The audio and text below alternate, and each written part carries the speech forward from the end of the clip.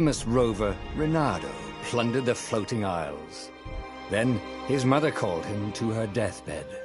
"Swear to me that you won't die on the gallows," she rasped. Reluctantly, he swore. And he whiled away his days at home with music, cards, and wine.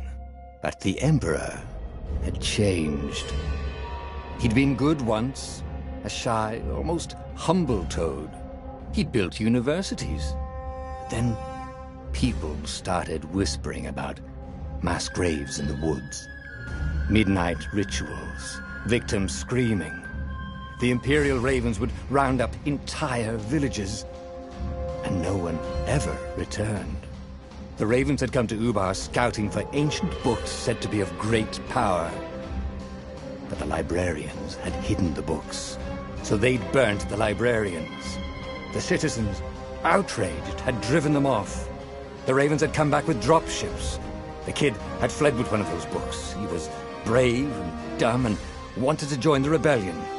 And Reynardo had promised his mother he'd protect him.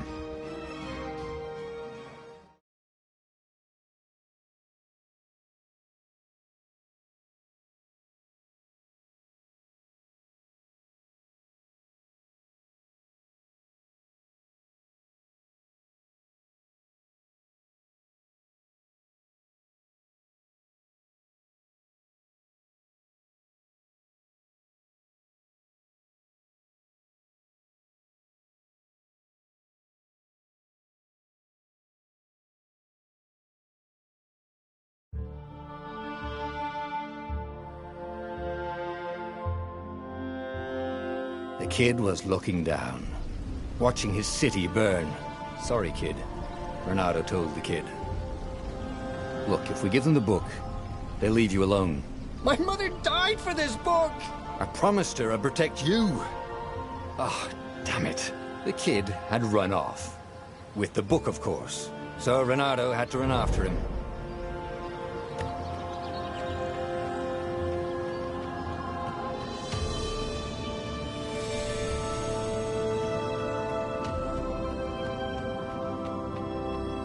The two ravens were staring at the kid like he was their dinner, which probably was what was in their tiny brains.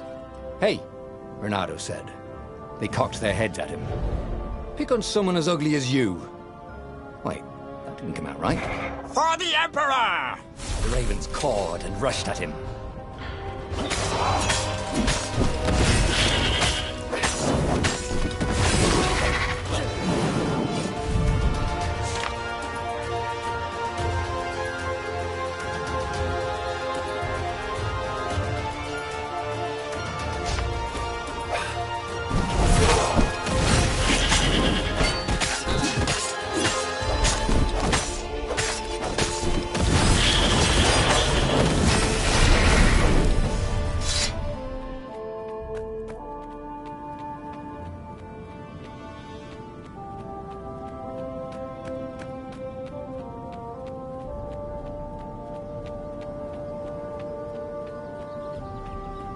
A dropship flew overhead.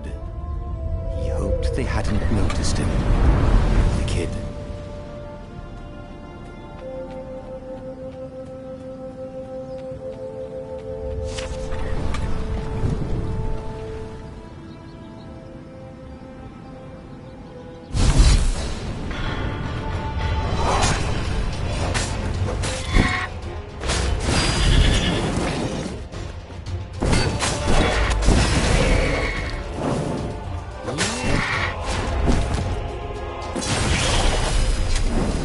Oh, right.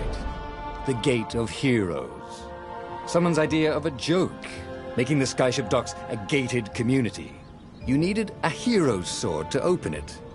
And the kid was on the other side of the gate. "Who let you through? Promise me you'll take the book to the rebels, or I'm gonna steal your ship." "I'm not taking the damn book anywhere, and neither are you." "Try and stop me," laughed the kid. "I bet you don't even have a hero sword." And with that, the kid hopped away. Had to hand it to the kid. He was an idiot, but he had guts. Where was Reynardo going to get a hero sword?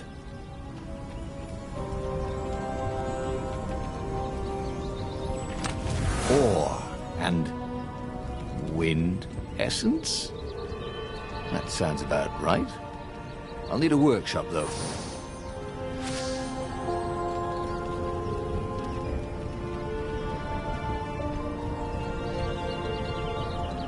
Perfect.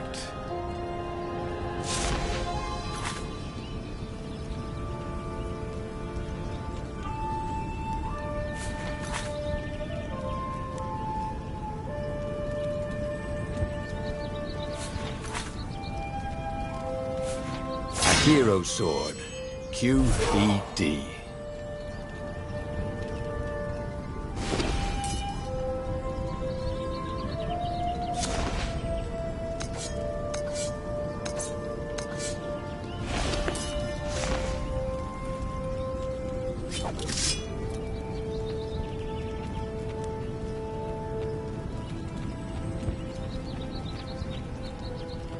This is what he got for settling down and finding people to care about. The kid's mum had been a swell cook, and she'd laughed at Renado's jokes, even when he didn't know he'd made one. And the ravens had come to burn her. And she'd made him promise to protect the kid. But she never told him where the book was, just the kid.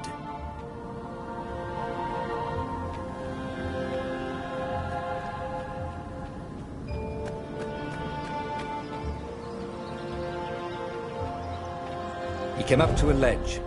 It was too far to jump. There'd been a bridge here before, hadn't there? And there was Peter, giggling at him. "How'd you get across?" he asked the kid. "Where'd you find a hook?" "I hopped," said the kid. White-ass kid. "Hey, look out behind you!" "Cute," said Renado.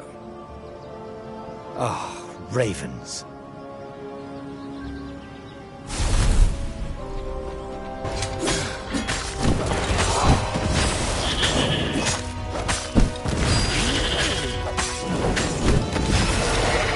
It was time to talk some sense into the kid.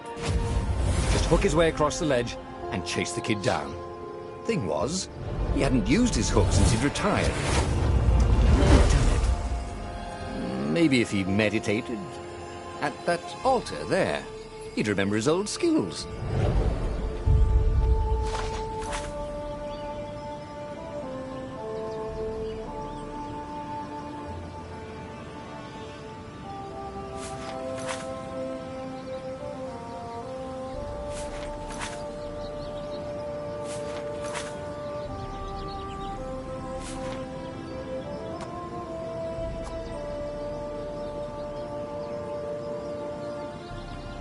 It was starting to come back to him.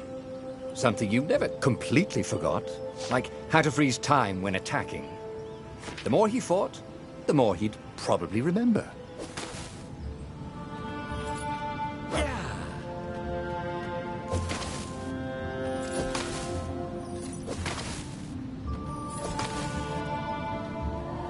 And there was the Farfarer. She was the fastest ship he'd ever known. She could do the Kestra run in 12 furlongs. Oh, so the salesman had told him. And something told him the kid was about to walk into an ambush. "Stop!" he shouted. "I'm not giving you the book!" shouted the kid, and took off. "No! Peter!" But the kid ran for it, and a goggler nailed him with its ivy.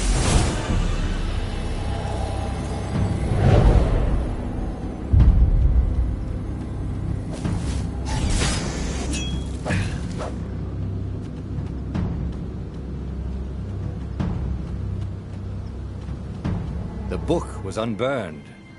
Next to it were the buckles from the kid's shoes, and a kid-sized pile of ashes. Damn it. Why hadn't he lied and told the kid he'd take the book to the rebels? The kid would be alive now. Really pissed off and betrayed, but alive. Oh, damn it. Renado picked up the book. He couldn't let the Empire have it now. He was going to have to get it out of there. He'd be a wanted man. Probably have to join the rebellion just to have a place to dock. Well, he'd hated home life anyway.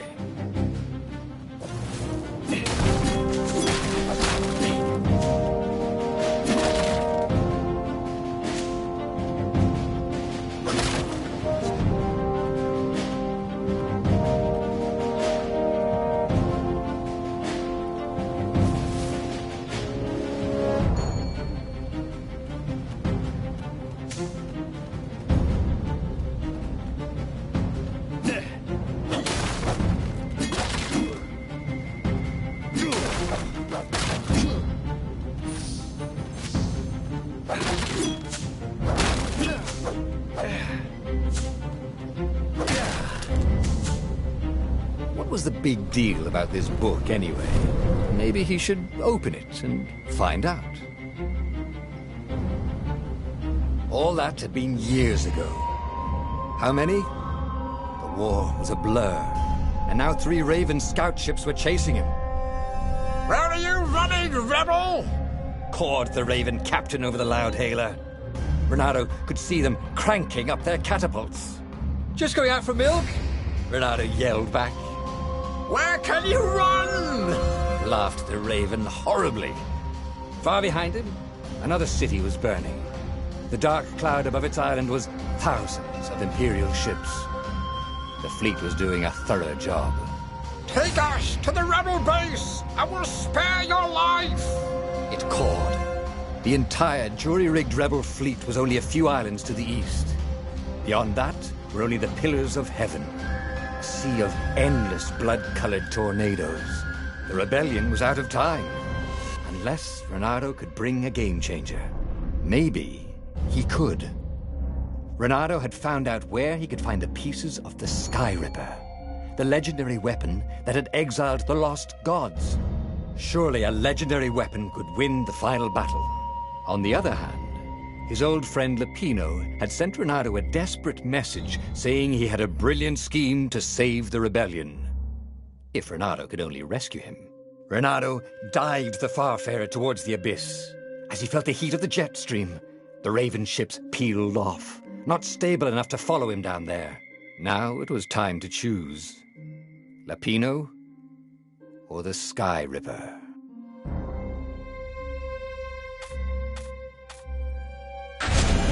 Every child knew about the Sky Ripper. The Transcendent Emperor had buried its pieces. What could have brought them to light?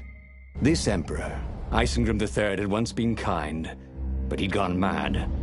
And now he was conducting secret, obscene rituals to bring back the lost gods. Had he, somehow, summoned the long-lost components of the legendary weapon out of the deep places of the earth? It was more than Renato could fathom. But if he could find a legendary weapon, he would use it.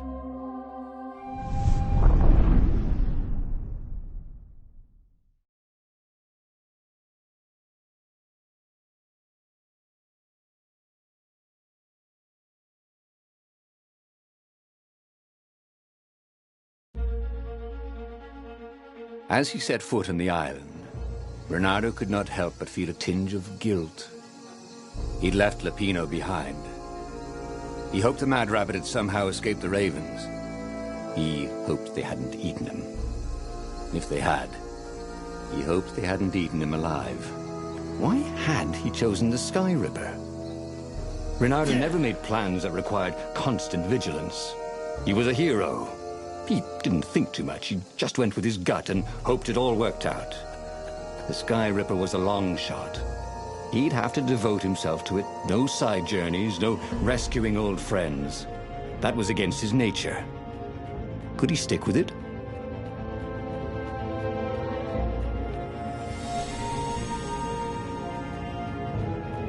If I craft a sword now, it's going to be really short.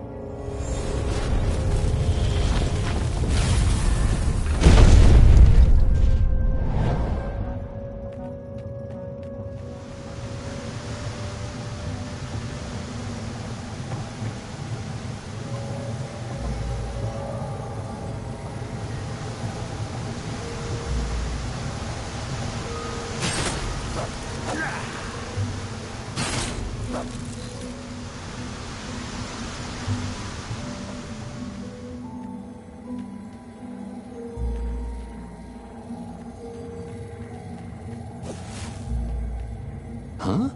A lever? That was new. Most people still use doorknobs.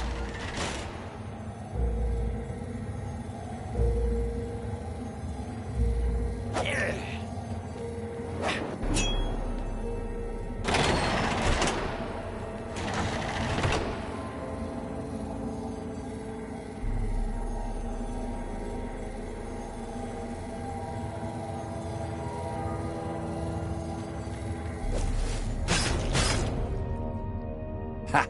Bet you never saw that coming. The people who had built this castle, did they even know what monstrous weapon lay hidden within their walls? The Sky Ripper could destroy anything it touched, or so the legend said. As the Transcendent Emperor had fought the lost gods, thousands and thousands had died. But Reynardo had been through wars. The only merciful war was a short one. Reynardo's blood was up. He just needed to smash something.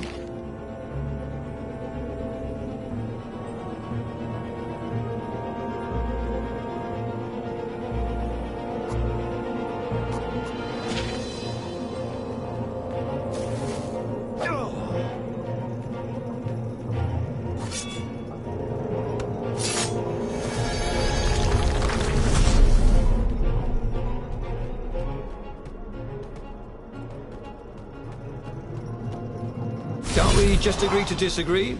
Said Reynardo. No?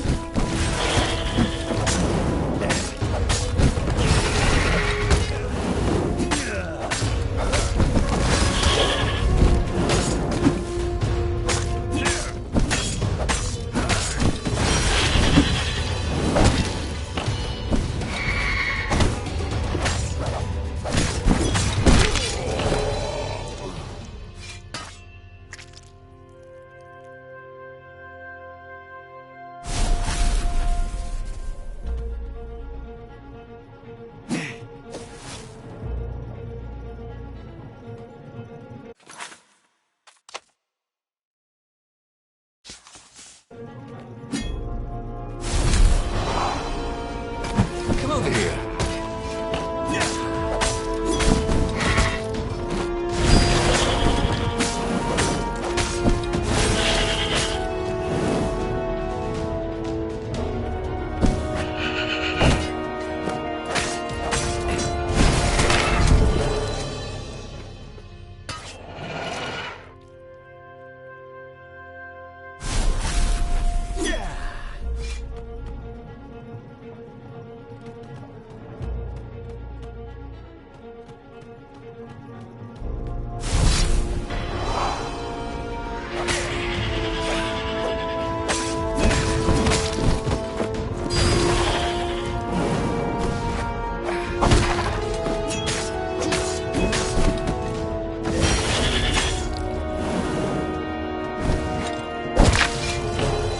What's for dinner, you thought?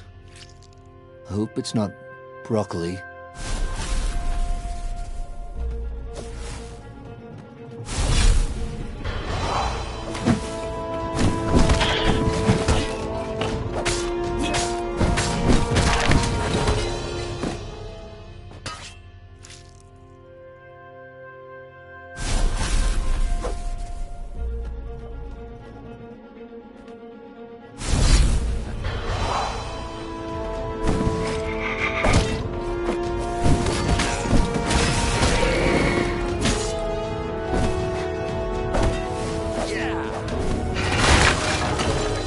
Should have done a barrel roll, he thought, as he died.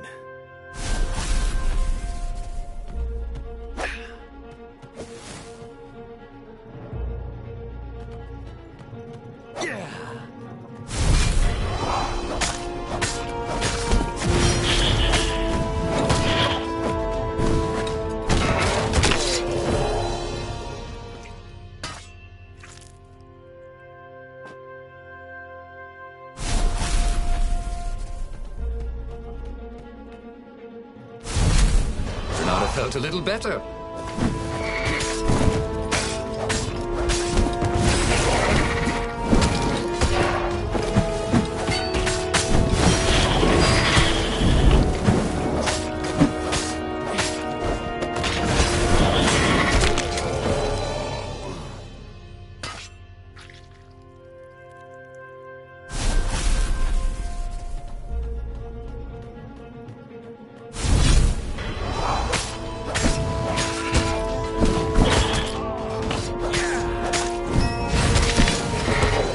Goat. Take the goat across first, Reynardo thought. But it was too late.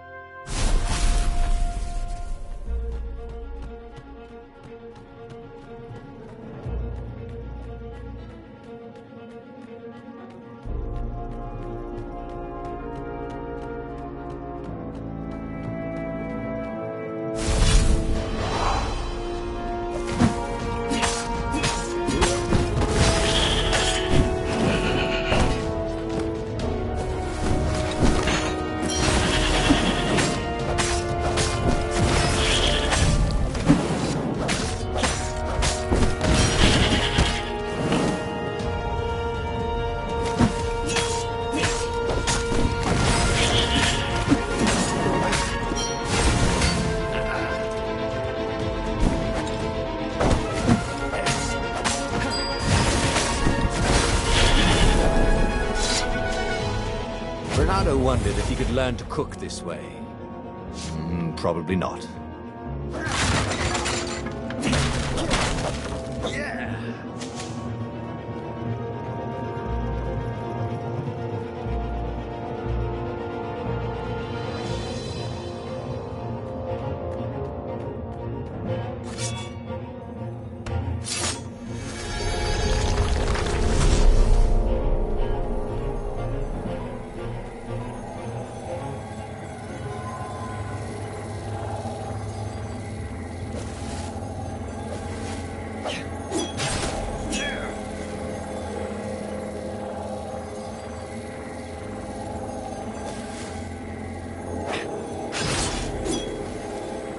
Well, the eyes have had it.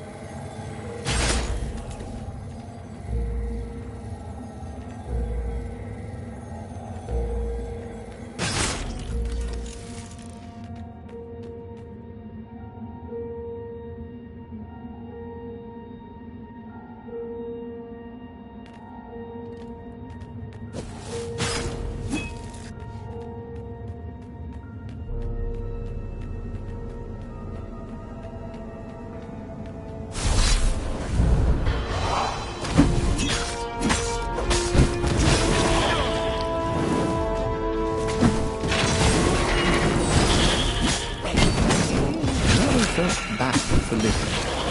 But these islands are short on trash cans.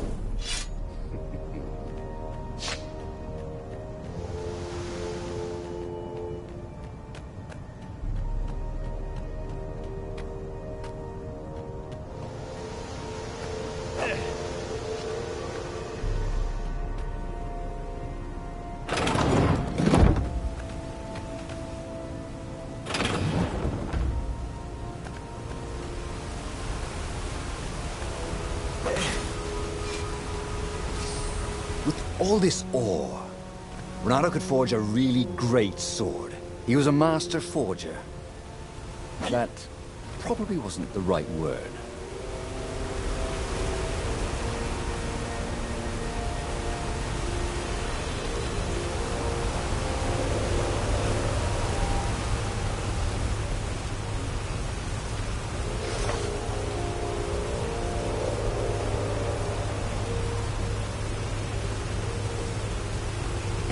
It was starting to come back to him.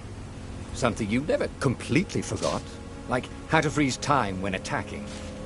The more he fought, the more he'd probably remember.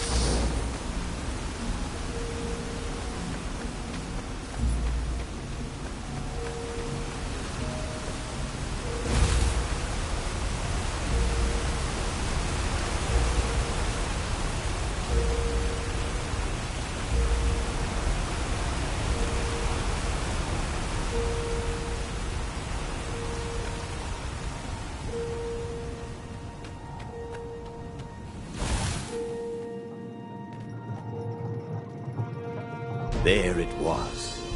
Skyripper's armature. The stuff that dreams are made of. Engineers' dreams, anyway. The device was intricate. No one alive had the skill to make a thing like it. How was it part of a weapon at all? He'd have to ask a scientist. But first, he'd get the second piece. Skyripper had a heart. A core that had come to rest on the next island. Well, there was another island he could reach. Zenobia had just invaded it with her father's Raven battalions. She must be encamped there still. But fighting Zenobia now, that made no sense at all. He'd already sacrificed one friend to get this armature, was it? He didn't need to hurry to face her. She would find him.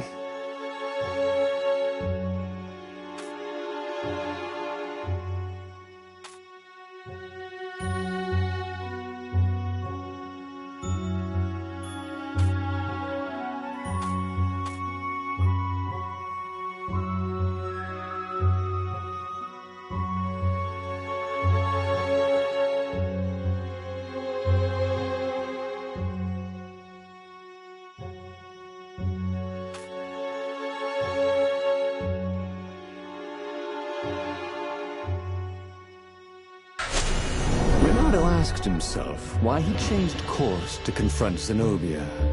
He'd no idea. Sometimes he would just do things, and he could never figure out why he'd done them. Usually, they worked out. After all, he was a hero.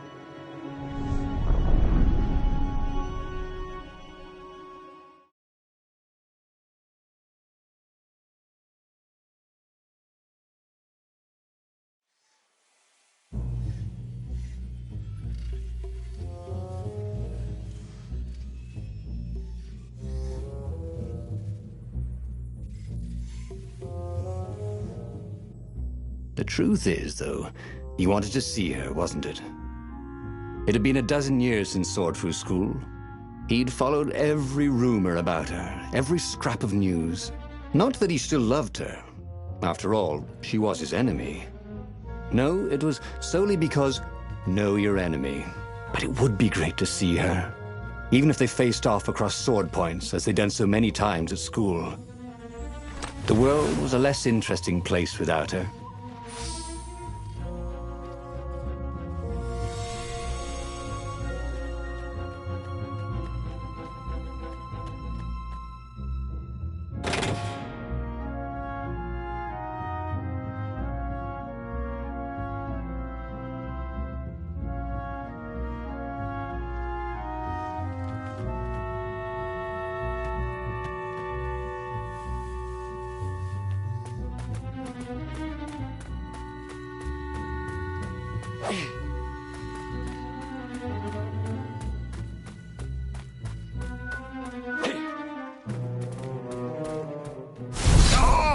You got such delicious-looking eyeballs. Caught the lead, Raven. Thank you, I think, said Renardo. It never hurt to be polite.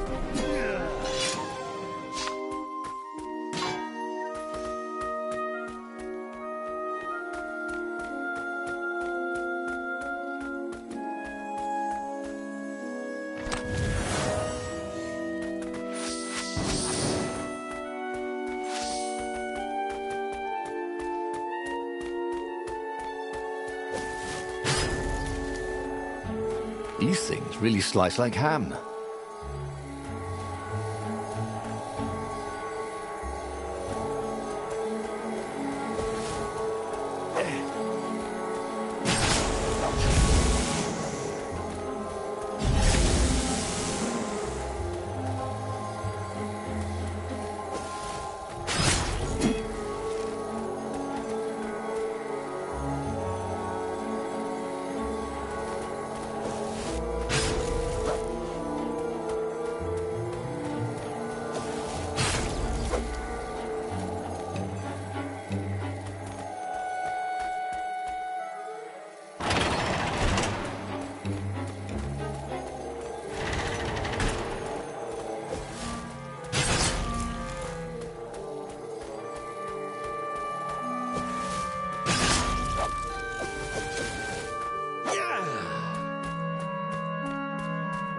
Renardo wasn't entirely sure how he was going to capture Zenobia.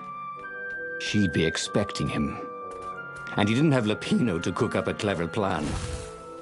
Why was it again that he hadn't got the core?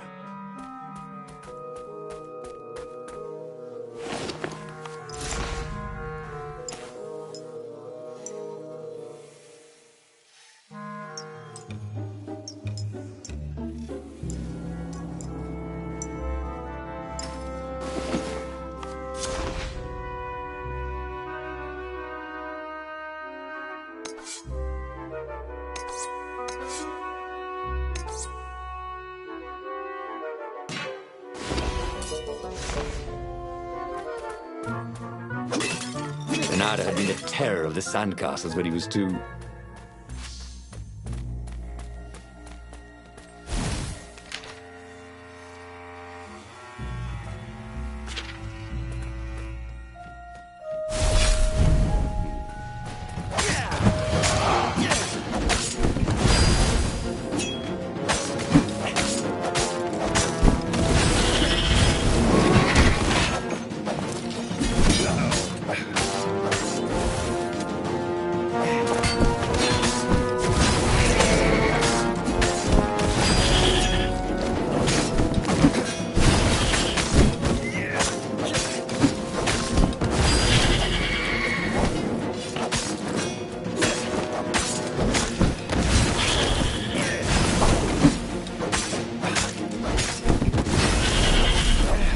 Renardo was remembering all his old tricks, and some new ones. Now, he really ought to ask for a raise.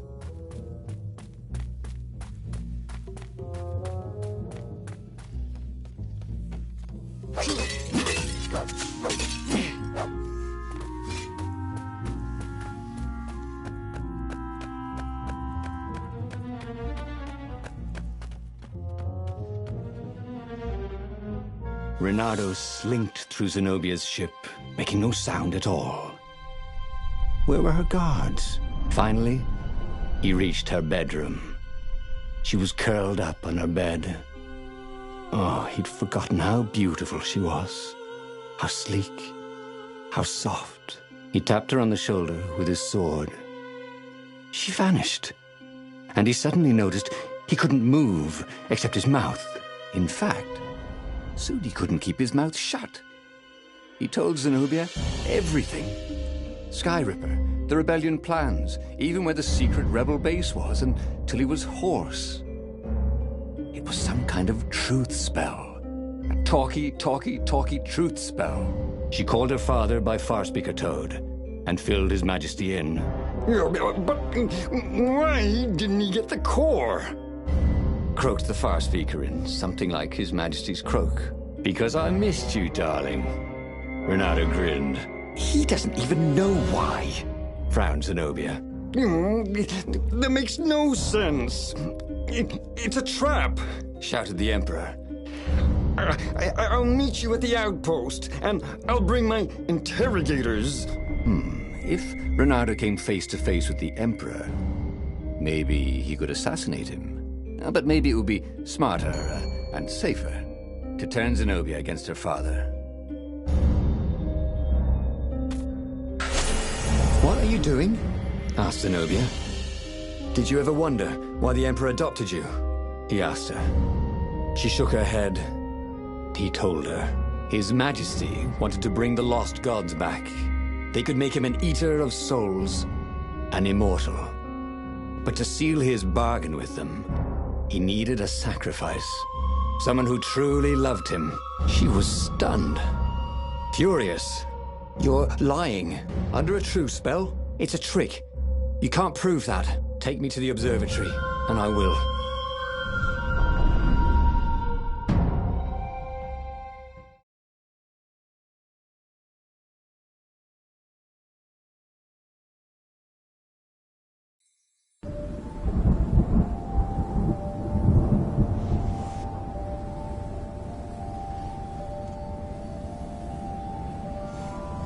What kind of proof could you possibly have?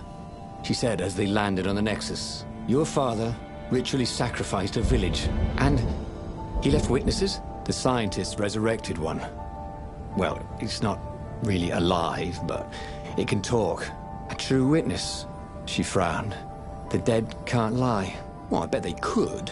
They just don't have any reason to. She nodded grimly. You go on ahead. I don't want the Ravens to see me.